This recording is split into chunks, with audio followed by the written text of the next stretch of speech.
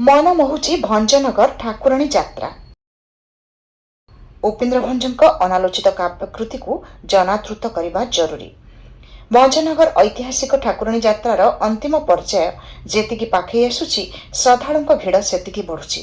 दुई ठाकुराणी को दर्शन करने सह मां नगर परिक्रमा देखा जिला तथा जिला बाहर आसुछंती हजार हजार जनसाधारण।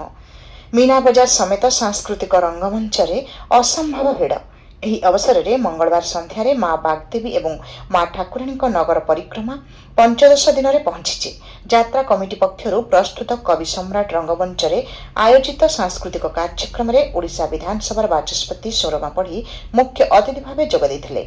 ସ୍ଥାନୀୟ ବିଧାୟକ ପ୍ରଦ୍ୟୁମ୍ନ କୁମାର ନାୟକଙ୍କ ପୌରୋହିତ୍ୟରେ ଆୟୋଜିତ କାର୍ଯ୍ୟକ୍ରମରେ ଖଲିକୋଟ ବିଧାୟକ ପୂର୍ଣ୍ଣଚନ୍ଦ୍ର ସେଠୀ, ଉପଜିଲ୍ଲାପାଳ ଉମାଶଙ୍କର ବେହେରା, पौर परिषद अध्यक्ष गोपबंधु महापात्र, यात्रा कमिटी कार्यकारी उपसभापति विष्णु प्रसाद प्रधान, धीरेश कुमार महांती, साधारण संपादक सुधीर रंजन बेहेरा एवं उन्नयन परिषद अध्यक्ष नीलमाधव पात्र प्रमुख अतिथि भाव जोग देथिले।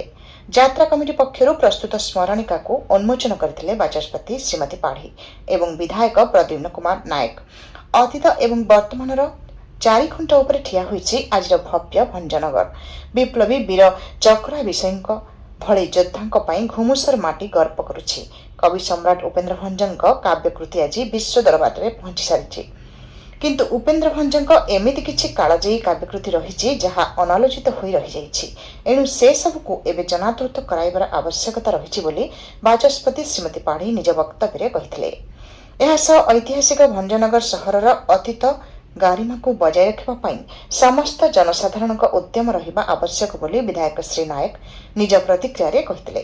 कार्यक्रम शेष में बाहर जिल्लारू आसिथिबा लोकनृत्य कलाकार एवं स्थानीय विभिन्न नृत्यानुष्ठान पक्षरु सांस्कृतिक कार्यक्रम परिवेषण होइतिला।